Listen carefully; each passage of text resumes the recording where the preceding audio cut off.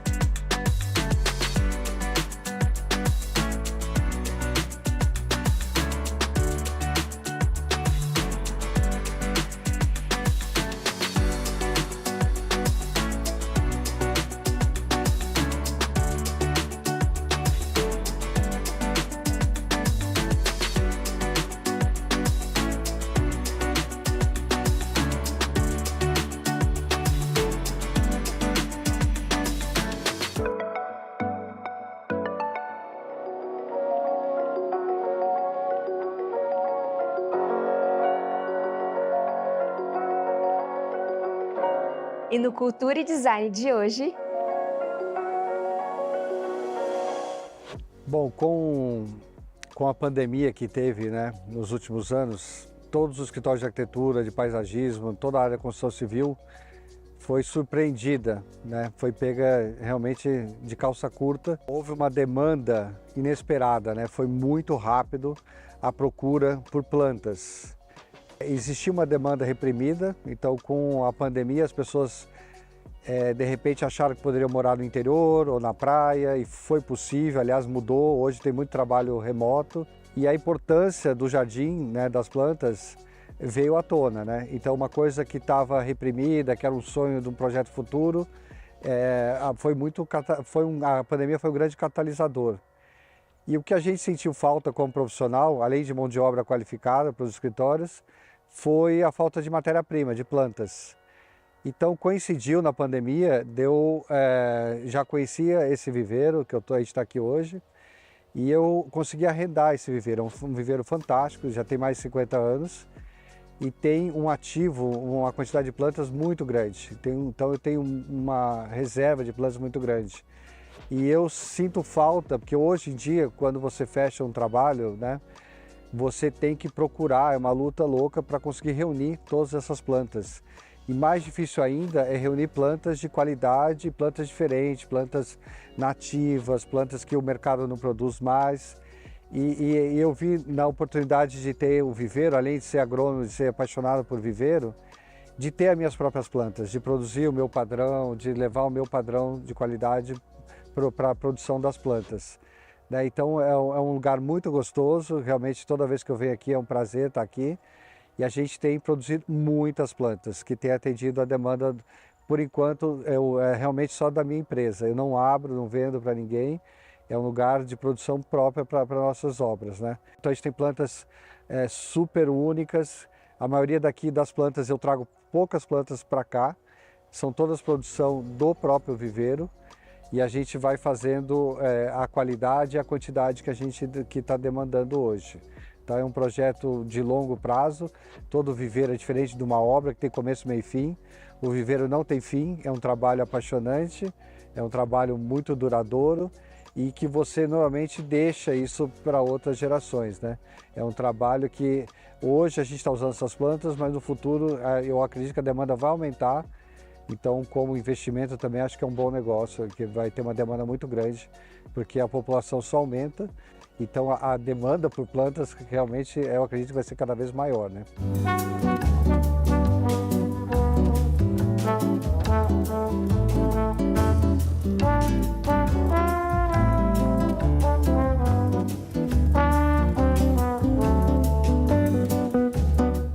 Uma coisa que eu acho muito legal no processo criativo, eu sempre aprendi muito visitando os viveiros.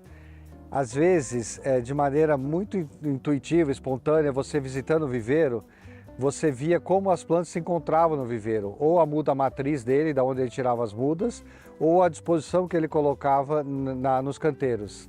Isso era muito interessante porque você via às vezes, puxa, essa planta floresce com essa ao mesmo tempo, olha esse verde claro com esse verde escuro, olha essa folha, do jeito que o viveirista colocou.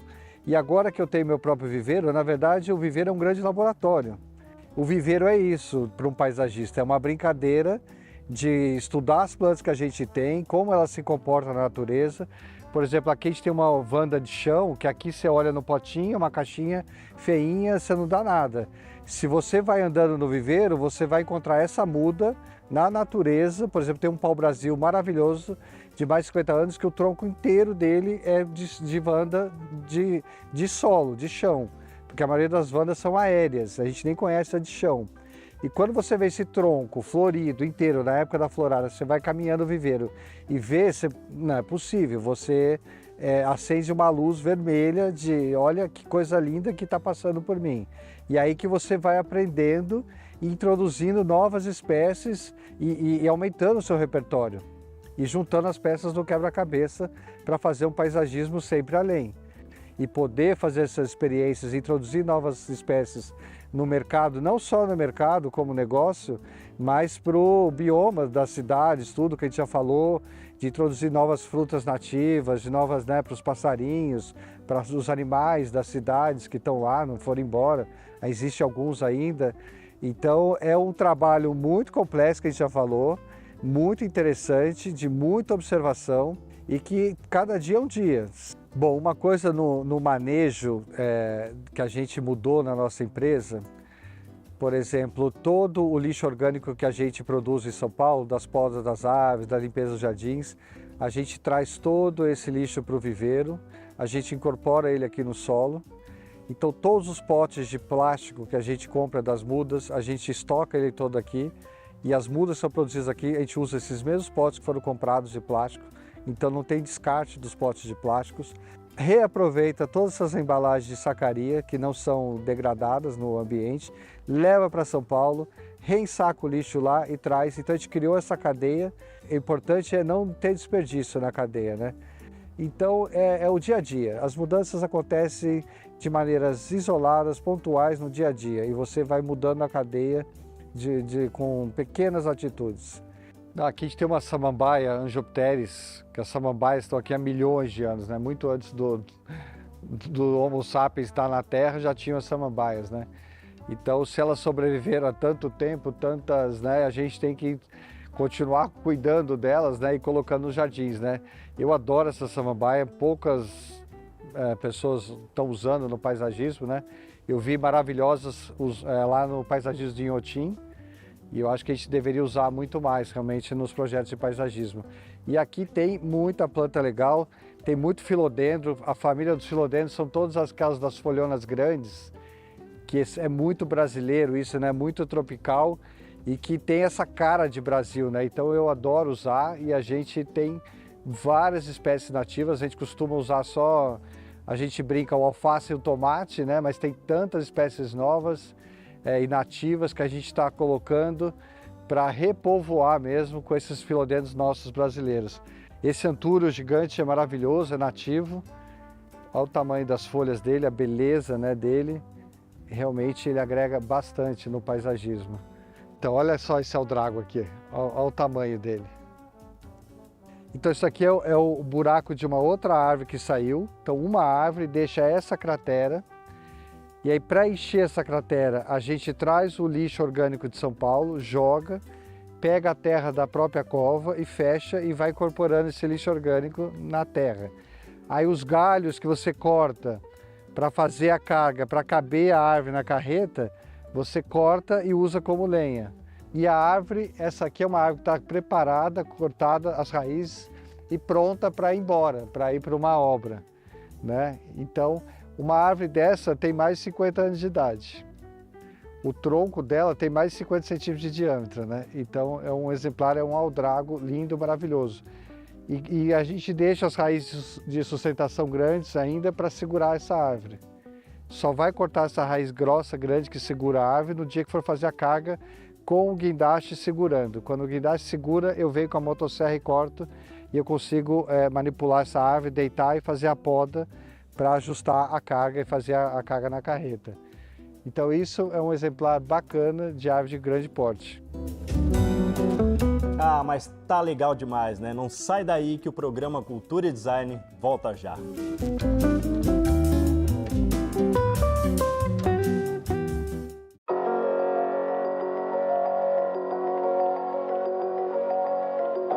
A moda, eu acho que ela cada vez mais está trazendo mais desafios relacionados à sustentabilidade. O denim costuma ser chamado do vilão nessa história, mas a moda como um todo tem um papel muito importante.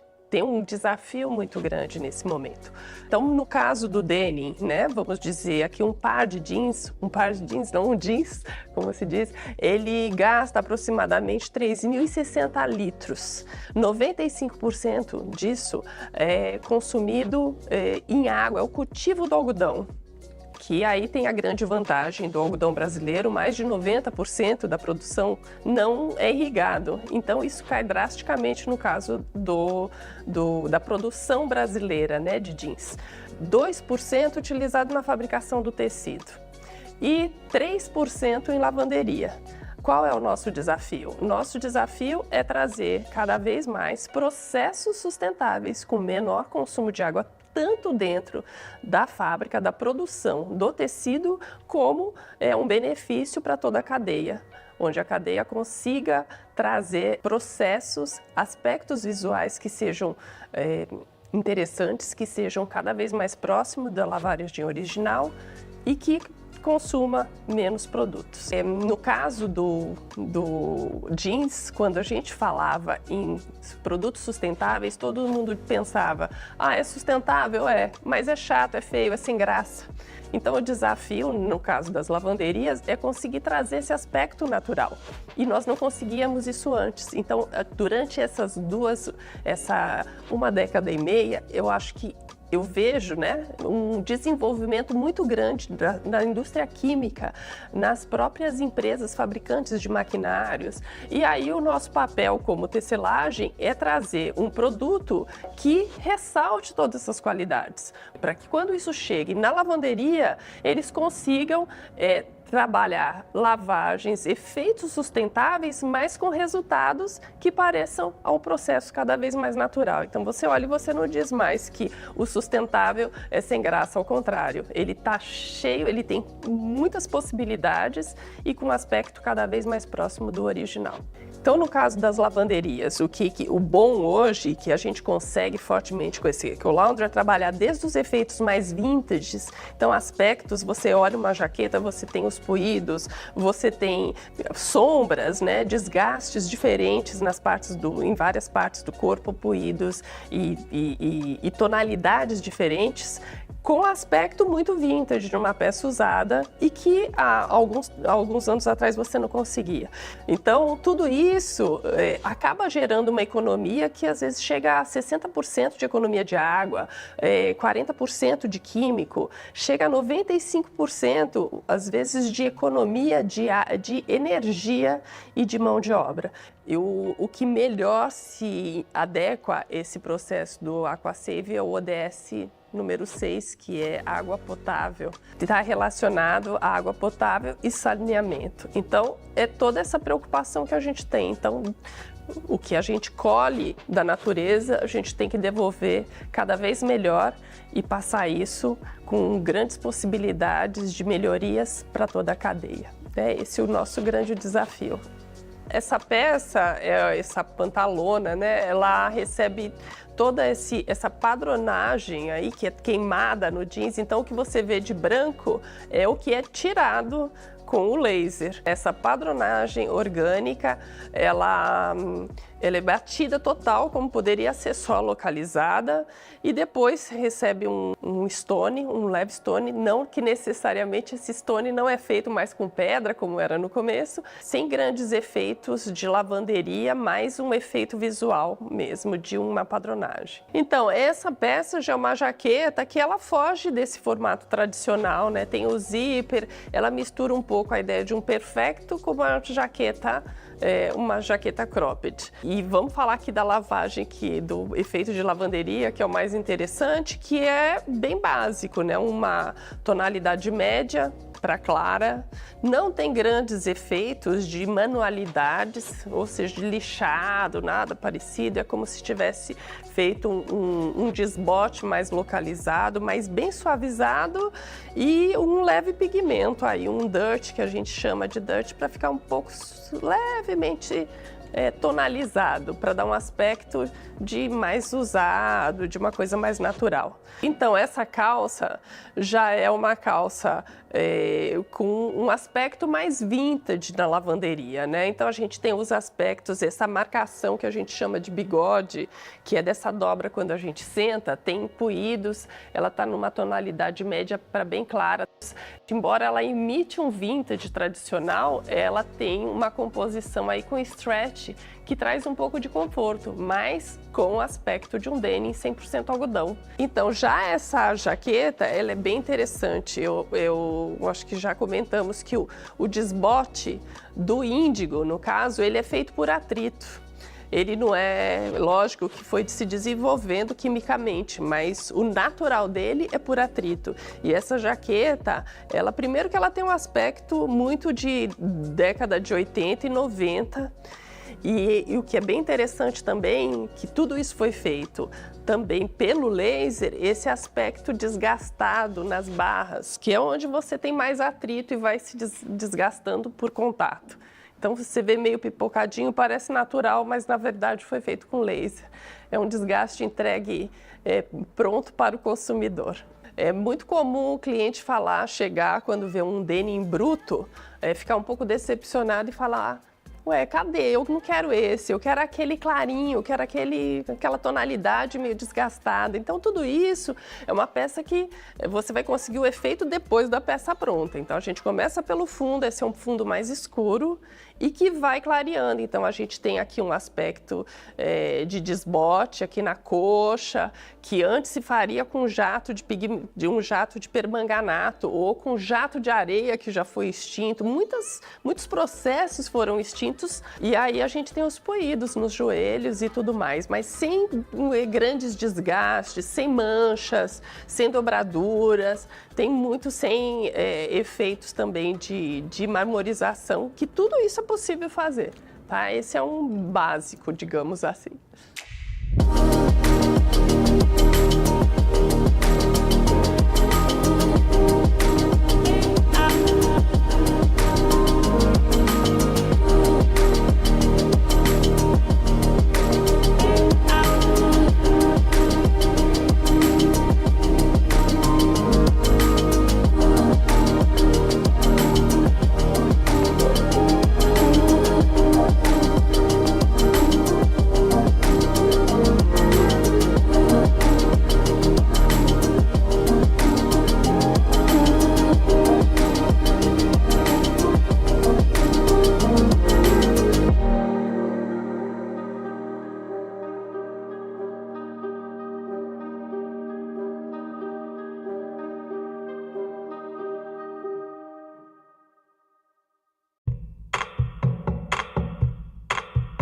E na série Arquitetura, Design e Sustentabilidade no Brasil,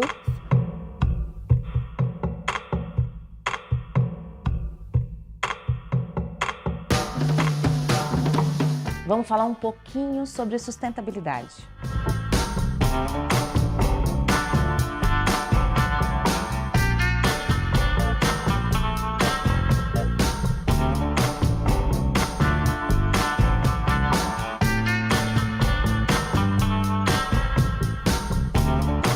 Difícil, né? E para reverter esse quadro, a ONU definiu algumas ODS a serem alcançadas até 2030. Estamos alinhados aos ODS da ONU. Há décadas, utilizamos processos e produtos que minimizam o impacto no meio ambiente.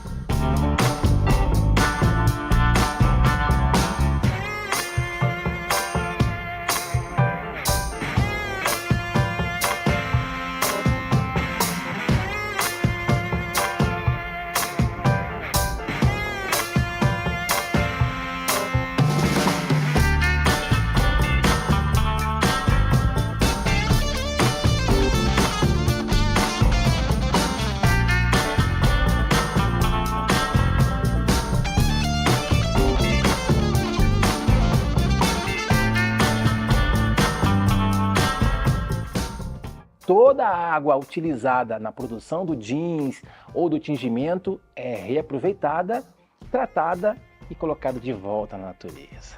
É muito lindo. O projeto EcoLaundry, ele é um desenvolvimento que engloba todas as fases do processo produtivo.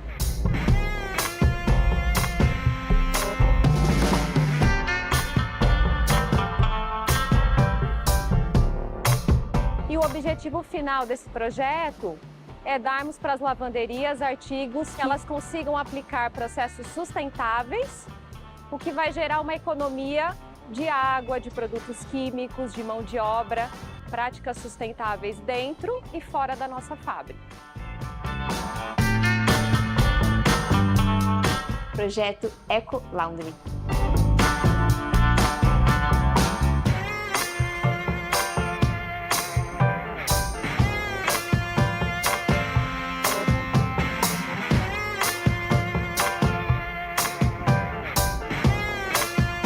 A diferença quando nós utilizamos tecido EcoLaundry, ela vai além da economia de água, de produtos químicos, de tempo de processo de mão de obra.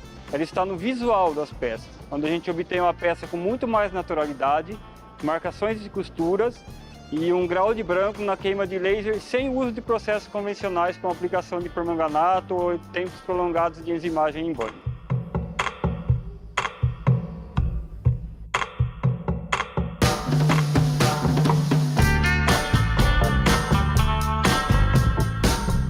Estamos num processo de transformação e queremos estender os benefícios para toda a cadeia têxtil.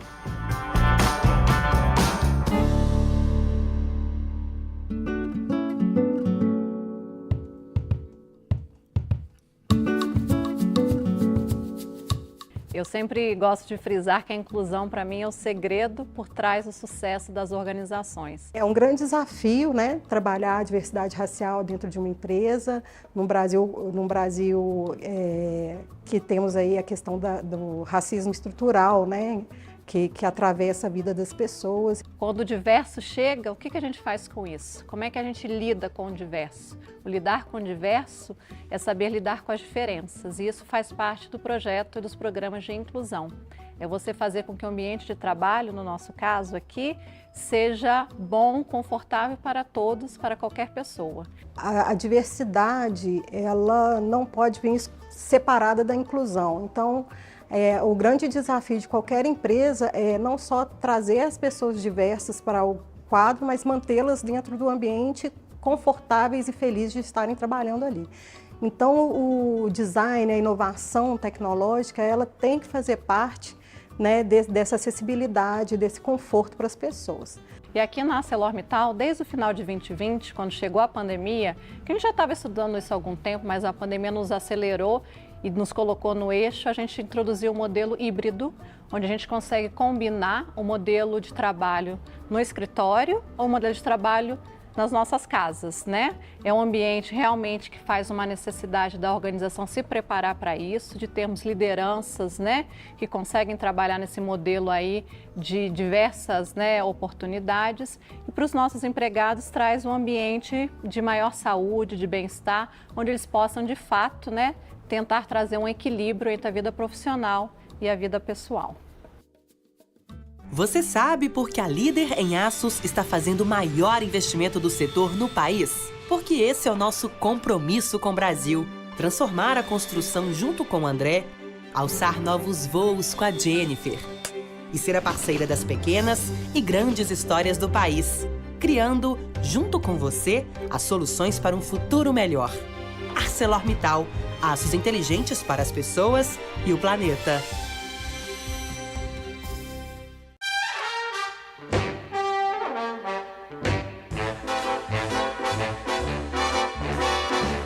Fala turma, tudo bem? Um prazer enorme estar de novo com vocês aqui nesse programa à noite que eu adoro fazer, Sabor do Design. Eu pensei, estava falando até com a produção, vamos fazer um clássico? Uma banana flambada é uma coisa que não sai de moda e todo mundo gosta. Banana maravilhoso, uma fruta sensacional que tem um monte de caminho, né? Essa sobremesa eu acho, não estudei, sabe, diretor? Mas eu acho que deve ter uma origem francesa, suíça, alguma coisa nesse caminho, tá? Para isso eu vou precisar um pouco de banana madura. Eu gosto de fazer com a banana madura. Um pouco de casca de limão e casca de laranja. Não tem muita coisa. Eu deixei inclusive o sorvete na geladeira, que eu não quero fazer. O tradicional é vanila ou creme, mas eu quero fazer uma banana flambada com um pouco de sorvete de limão e um pouco de sorvete com pistache. Agora eu vou contar um segredo para vocês. Eu odeio quando a gente usa, aí é por onde cada um, a banana com chocolate. Mas é de cada um. Eu acho que a única coisa que eu não comeria uma banana é com alguma coisa, ou uma sobremesa ou um doce com chocolate. Tá vendo? Essa colher aqui, colher de madeira, tranquila, não se pode usar no restaurante. Eu trouxe porque eu gosto de cozinhar na minha casa. Antigamente podia-se usar a colher de madeira. Então, com muito carinho, vou cozinhar com ela agora. Não vejo problema nenhum, não sou nutricionista, mas eu respeito. Bora? Então vamos lá. Um pouco de açúcar, um pouco de manteiga. Ó, lembrando, só cozinho com manteiga sem sal. Porque daí o tempero se dá de uma outra maneira. Se você já tem uma manteiga sem sal, você pode se confundir, tanto fazendo um prato salgado como um prato doce, tá? Aqui a gente gira um pouquinho até virar um caramelo. Hoje o diretor trouxe tanta câmera que eu não sei mais para onde usar. Tem uma do lado, uma aqui, outra ali, mas eu vou chegando. Hein, diretor? Eu falo muito misturado, mas é assim que eu sou. Ah, deixa eu falar uma coisa para vocês, ó que legal. Desde sempre, desde que eu tinha Pizza Bros, eu fazia os risotos e os molhos aqui. Quando o Lorenzo entrou no MasterChef com 13 anos, ele cozinhava desde pequeno. Ele começou a fazer todos os eventos aqui, nessa panela. Então, pra gente é muito representativa. E ela é excelente. Tanto é que ela tá há 15 anos na luta aqui. Vai colocar agora casca de laranja e de limão. Já te mostrei. É importante que seja casca. Para trazer sabor, vamos começar a saborizar isso aqui. Ela vai começando a tomar corpo. Vocês devem estar estranhando, né? Ver a pimenta do reino. Mas sempre é um toque para levantar. É sabor, não é para ficar apimentado, como se fala. Vamos jogar as bananas aqui dentro, com muita calma. Aqui a gente vai deixar elas com tranquilidade amolecerem. Ah, mas você não vai flambar? Vou. A gente já chega lá, tá? Quero ver você fazendo isso em casa, e dá para fazer, tranquilo. Panelinha arredondada. Vamos flambar? Vamos torcer que dá foguinho? E agora a gente vai jogar o suco de laranja. Nesse momento, se eu flambar, se eu bater, se eu saltear, eu vou ter problema, porque é muito líquido, vai fora. A gente vai tirar as cascas aqui, a gente vai jogar um pouquinho de mel, a bola de limão e a bola de pistache, tá? E aí aqui um pouquinho de pimenta do reino. Pode rir de mim, façam em casa. Quero aprender, então, cara, me manda as coisas, me pergunta, quero fazer outras coisas.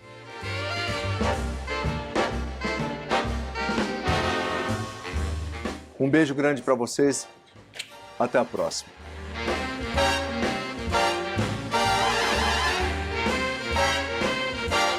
Não sai daí, hein? A gente já volta.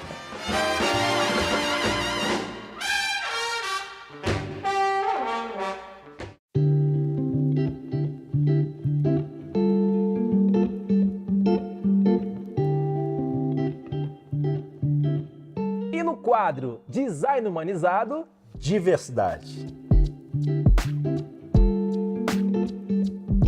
Nós trouxemos nessa última temporada muitas experiências trocadas em relação aos projetos que a gente vem desenvolvendo aqui na Perkins & Will de São Paulo, junto com os nossos clientes. E o que trouxemos de positivo ou mesmo negativo como uma experiência para o futuro e cada vez a gente poder melhorar com o resultado de nossos projetos.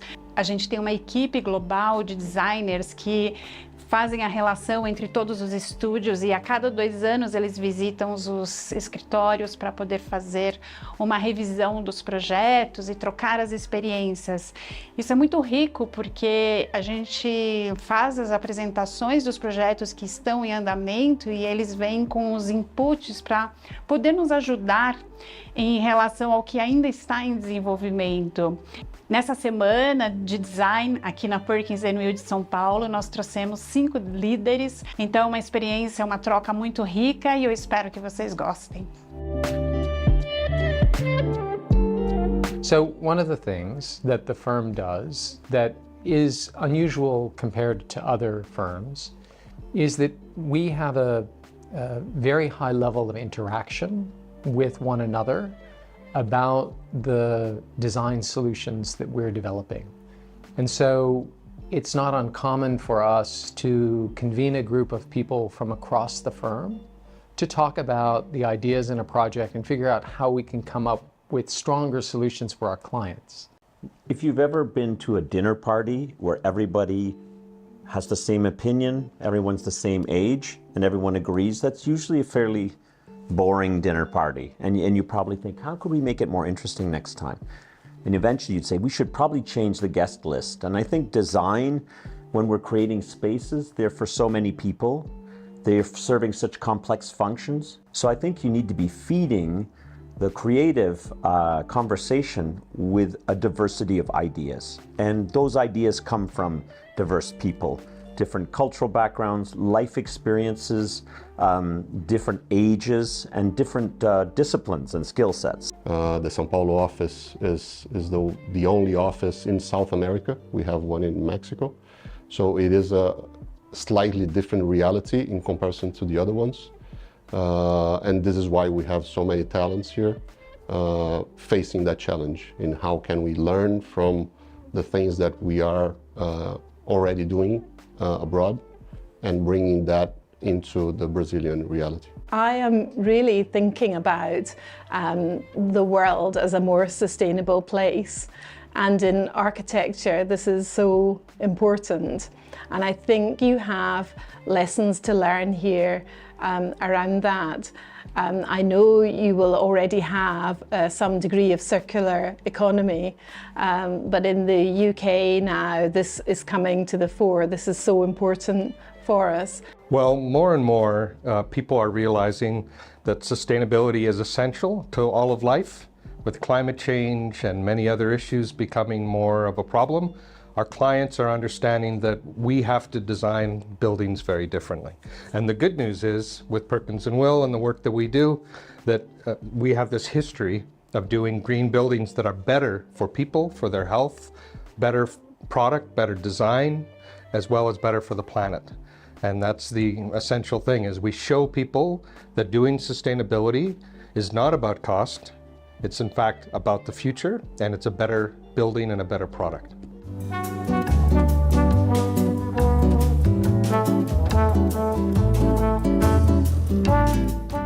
Eu nasci em Recife.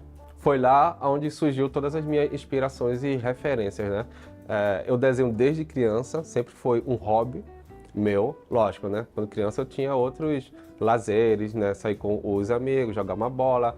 Porém, o desenho sempre esteve ali junto comigo, né? Tinha alguns poucos amigos que gostavam de desenhar, mas eu era o mais viciado em desenho, até sozinho em casa, quando não tinha ninguém para brincar, eu estava desenhando. Para você ter uma ideia, por exemplo, a memória mais remota que eu tenho da minha vida, eu estou desenhando, sabe? Sabe quando você pensa, qual é a sua memória mais antiga? Sabe? A minha, eu estou com um papel tentando desenhar. E aí o tempo foi passando, né? Sempre com esse prazer pelo desenho, pela pintura. Lógico, como a maioria dos artistas, eu não imaginava futuramente ter isso como uma profissão, né? Uma coisa importante é que esse meu prazer pelo desenho sempre me despertava o interesse de descobrir novas técnicas, né? Tava ali desenhando, eu achava pouco, queria descobrir algo novo, sempre querendo evoluir nos desenhos, do desenho e para a pintura. E assim eu fui sempre buscando todas as formas acessíveis à minha pessoa sobre desenho e pintura. Até eu me encantar com o grafite na minha adolescência. Eu sequer sabia que o nome daquelas intervenções urbanas, daquelas pinturas nas ruas, se chamavam de grafite, sabe? Mas eu fiquei encantado de imediato com aquela forma de expressão, de você fazer grandes pinturas murais pelas ruas, uma arte pública, onde uma quantidade maior de pessoas, né, se interligavam com aquela obra, você se conectava com a cidade. O conceito eu achei incrível. Eu não sabia que o nome daquilo era grafite, mas o conceito já tinha me chamado a atenção. E me tornei um artista dessa área, com muita cor, uma coisa bem clássica quando a gente fala sobre grafite, né? Quando a gente fala a palavra grafite, o que vem de imediato na cabeça? As letras, cores, né? Eu estava seguindo essa linhagem, mas aí eu senti a necessidade de buscar algo mais particular meu. Aí eu percebi que estava embaixo do meu nariz a estética que eu procurava, que era a da xilogravura popular. A estética da xilogravura popular, porque é um desenho simples, ela é chamativa, ela é atraente. Então, cara, eu posso pegar esses desenhos e transformar em pinturas de grandes proporções, né? E aí eu acreditei que aquilo poderia dar um grande resultado espalhado pelas ruas, né? Ao longo prazo eu fui trabalhando isso e construindo até criar uma identidade Derlon a partir dessa estética, né? E foi assim que eu cheguei até hoje, né? O meu trabalho hoje, ele é resultado da minha infância, da minha paixão por desenho, transitando para o grafite na adolescência, até chegar no inconformismo conceitual que me levou a chegar nesse projeto dessa mistura da estética da xilogravura com o grafite, o pop e o popular, sabe? Trabalhando juntos nessa simbiose. Então foi assim que eu cheguei até aqui, né?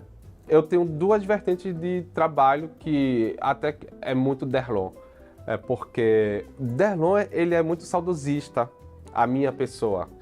Sabe, eu tenho uma questão muito de dar um passo à frente e um passo atrás. Esse passo atrás quer dizer olhar para o meu passado lá atrás, minha infância, que a minha linha de trabalho, né, com esse tema, ela vai para duas questões saudosistas e de memória. Uma que é a questão do mar. Como eu nasci em Recife, eu fui muito linkado com o mar. Por isso que eu pinto muita coisa sobre o mar. Quem conhece minha obra vê que eu trabalho muito as sereias, né?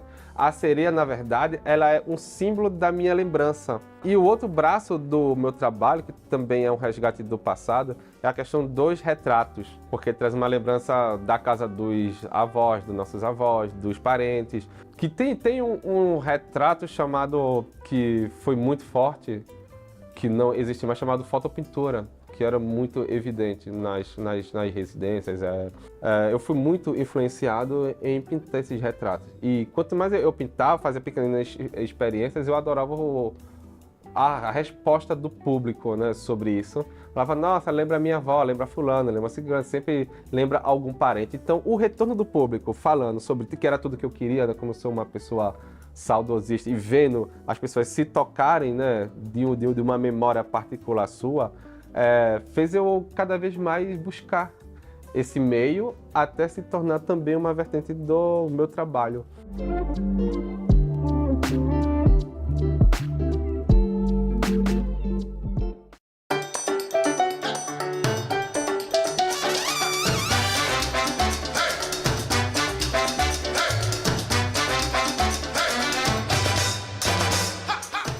Um, dois, três e...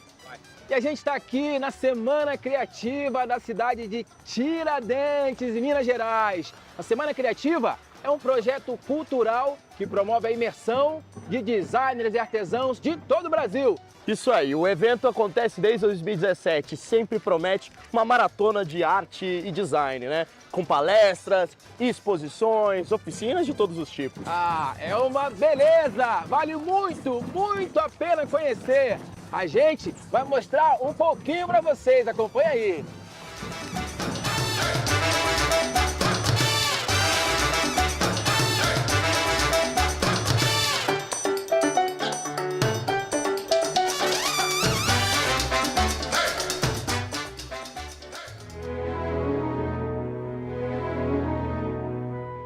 A Natureza Viva surgiu do meu desejo de resgatar a história de algumas mulheres que ficaram esquecidas na história. Tem cientistas, bailarinas, e a minha ideia veio depois de algumas biografias que eu li, daquela associação que as pessoas sempre fazem da mulher, a flor pela delicadeza, pela fragilidade, e para mim mulher não é isso, mulher é, ainda mais essas que foram assim, mulheres fortes, tem guerreira, tem cientista, tem música, inclusive a Catarina da Rússia, a imperatriz. Então eu representei elas através de troncos. E em cada tronco eu procurei ou uma similaridade com a personalidade de uma delas, ou com o trabalho que elas faziam, ou a inspiração sempre veio relacionada com a vida delas, e numa delas tem até uma relação da minha história. São 14 troncos e 2 raízes. E além das fotos grande formato, que estão no salão, aqui na nossa frente, tem esse espaço que tem mais 2 instalações. Uma capela ao fundo, onde eu santifiquei essas mulheres. Fiz obras a partir de colagem, montagem, costura. Fiz caixas como se fossem oratórios. Fiz velas.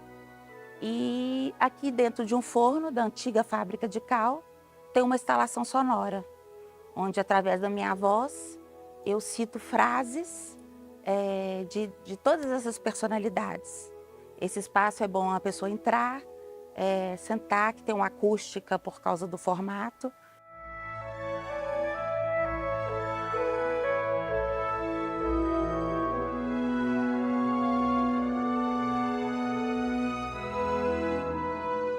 Essa exposição coincidiu com o lançamento do livro do mesmo tema, Natureza Viva, uma editora italiana que lançou esse livro. E a capa do livro é um tronco que eu encontrei no Jardim Botânico do Rio, que ele é um corpo perfeito de uma mulher. E eu relacionei com a Ruth Benhar, que era uma fotógrafa alemã que fazia muitos nus femininos.